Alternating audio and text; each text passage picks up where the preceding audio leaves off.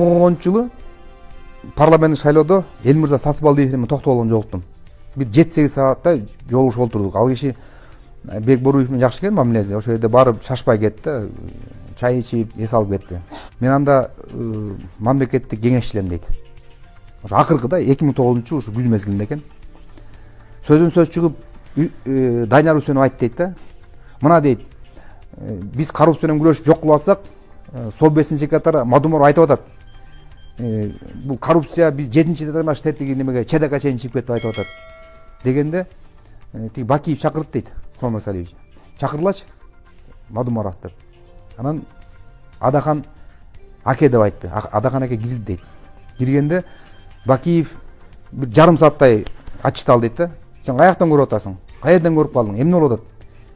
Дегенде Адахан аке сөз алып айтты дейт. Курман Салиевич, биринчиден балаңызды, экинчиден инилериңизди бүгүн жумуштан кетирип тазаланбасаңыз, сизди эртең Акаевдин тагдыры күтүп турат деп. Муну мен айткан жок, муну Мадумаров айткан жок. Муну Элмырза Сатыбалдиев айтып атат, сураңыз ошондон барып. Мен кадимгидей муздап чыктым дейт. Элмырза Сатыбалдиев. Эми жакшы бүтпөй калды го баягы деп. Дайнар Үсенов айтып жиберип, анан Адахан Мадумаров чакыртып, келчи, мен азыр эле сүйлөшө коеюн деп. Мадумаров айткан сөзү ушул болгон. Муну ким айтат? Муну ким айтат? Элестеңиз, сизди Акаевдин тагдыры күтүп турат эртең деп. Эгерде балдарыңызды, инилериңизди бүгүн жумуштан кетирбесеңиз, ушундай тагдыр күтүп турат сизди деп. Мында айтып атпайбы? Мына Мадумаров Акаевди Бакиевди ээрчитпөдү, Бакиев кызматка келет деп. Канаке? Муну ким айтат эле? Эгерде кызматты керек болсо айтат эле, унчукпай эле, физика тура эле, макул эле, мен ата кетирип койду, айткан эмесмин деп актанат эле го. Кызматтын кереги жок болгон бул ишиге. Бул иши биз мамлекетибиздин как-то бир алдыга жылып бир ер азамат уул кыздар башкарсын деген таза. Андай болбой калды да шартында. Мына ушуну айтат эрдик деп, ушуну айтат батырлык деп, ушуну айтат мамлекеттик кызматкер деп. Кеткендиги деп айтып аткандыгым, урматтуу коллегалар, биз СМБны эле каралайлы деген маселе эмес. Бұл мамлекеттен авир кетті. Бұл бийликтен авирдин кеткендиги. Дооронбек Садырбаевич абдан рельефті айтып өтті. Пока салпақтап биздин артыбыздан жүргөнүңөрдү сырттан келгендер өзүнүн каалаганын жасап атат. Кытайдын не деген атуулдары келип туруп, не деген жерлерди алып атат. Башка мамлекеттерден келип, не деген кызматтарды кылып атат. Силердин сотрудниктериңерден, МВДдан мен баарын айта албайм. Бирок көпчүлүгү ушундай болуп калды, это бизнеске айландырып алдыңар. Не деген кылмышкерлердин бүт баары кыргызским паспортом в Казахстане, в Российской Федерации задерживаются. А силер Мадумаров, Масалиев, Исахов, Садырбаев, Текебаев, Асанов деп жүрө бергиле. Биз элдин душманыбыз. Биз душманбыз. Силер тарыхта эки киши калат өзүнүн ордунда. Биринчи бир улуу иш жасагандыктан, экинчиси ошол улуу ишке тышкактык кылып артынан чуркап жүргөндөр калат. Мына ушулар менен күрөшкөн, ушулар бут тоткон деп силер да тарыхта каласыңар. Вы обеспечили себе имя в истории кыргызской, новейшей истории кыргызского государства. Мен айтайын дегеним, урматтуу коллегалар, авир соту деген болот. Мен түшүнүп турам. Өзбекстандагы, Казакстандагы, Россия, айрыкча могул жердеги чет өлкөлүк элчиликтер мынау скандалдын баарын угушат. А сиз айтып атасыздар, муну сыртка чыгарып жибериптир, и на каждом углу раздавать деп. Здесь калып айтып атат. Парламент — это не каждый угол. Если ушул справка түшүп калган болсо депутаттардын колуна, это не тот, который там на улице по улицам ходит. Он является представителем кыргызского государства. Урматтуу достор, салам алейкум баарыңарга. Урматтуу достор, силерге срочно кайрылуу, срочно тикеңер менен тик туруп болуп турулачы. Ошон бүгүн бизге каралап меле өлтүрдү биздичи. Ошонун 10% туура болушу мүмкүн, 90 туура эмес. Каралоо укмуш болуп атат. Бүт баарыбызга Канат Хасанов, Максат Мамытканов, Жаркынбай байкебизге баарыбызга тең аябай кысымдар болуп атат. Соттон башыбыз чыкпай калды. Бул сот тиги жака повестка, бияка бүгүн мына судебно лингвистическая экспертиза мени күнөөлүү деп таптыр, призыв деп таптыр. Эми свобода слова кайда кетти я? Свобода слова деген конституцияда жөн эле жазып койдуңар беле? Свобода слова дегенде. Эмне айтсам туура эмес айтып атамбы? Бүгүн эмеден толтура чыкпадыбы бүт баары? 149 50 эмес экен, 149 объектisi бар экен, фирмасы бар экен. Достор, могу силерди ойгото албай койдум да. Могу чоң казаттын идеологиясын сындырышат, ошо менен элдин бели сынат. Элдин бели сынат. Бул и так эле бели сынган эл, башын көтөрө албаган эл, коркок эл.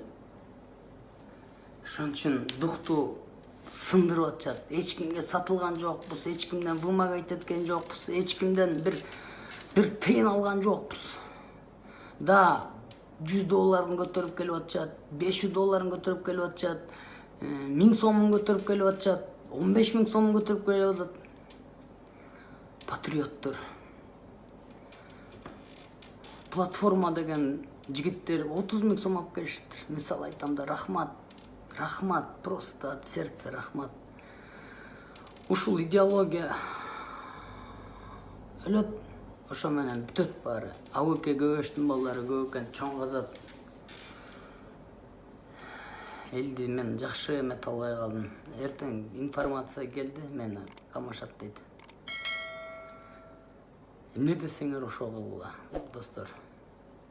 Мени камап салса, баарыңар Максат Мамытканов менен сүйлөшөсүңөр. Бирок камабаш керек. Бул коррупцияны айтып атса, кайра бизди камаса, бул кандай я? Коррупция менен күрөшкүлө деп президент айтпады беле? Коррупция менен эл да күрөшкүлө, мыйзам позволяет, кол койдум дебеди. Анан биз коррупция менен күрөшсөк, кайра бизге иш козгоп, соттон башыбыз чыкпай калабы? Минтип отурсак, качан адилеттүүлүк келет? Жолдош президент, мени сиздин да проектиңиз дей берет, Путиндин проектиси экен дейт.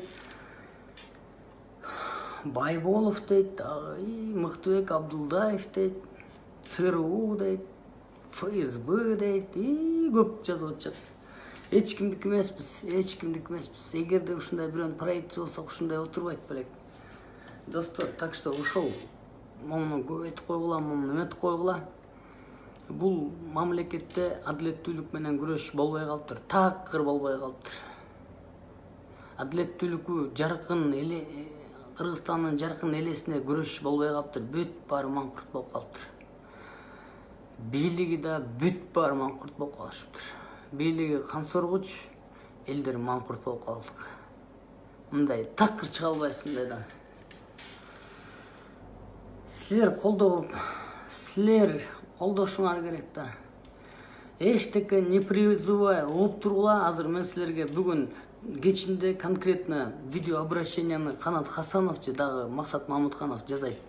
Конкретно менин сахарым көтөрүлүп атат, ооруп атат, ичимде ооруп атат.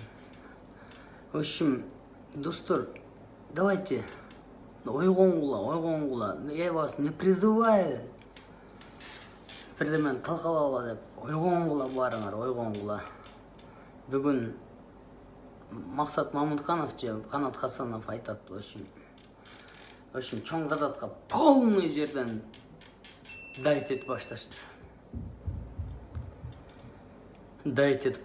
Коррупция менен күрөш такыр мүмкүн эмес экен. Такыр мүмкүн болбой калыптыр. Я вас поздравляю. Макул, жакшы тургула, достор, ушуну көбөйтүп койгула, бөлүштүрүп койгула, колдооңорго рахмат. Бир турсак азыр до конца турабыз, кое тургула, айтабыз дагы, эчтеке чаңбудуң салбай тургула. Эми жооптуу мезгилге келди.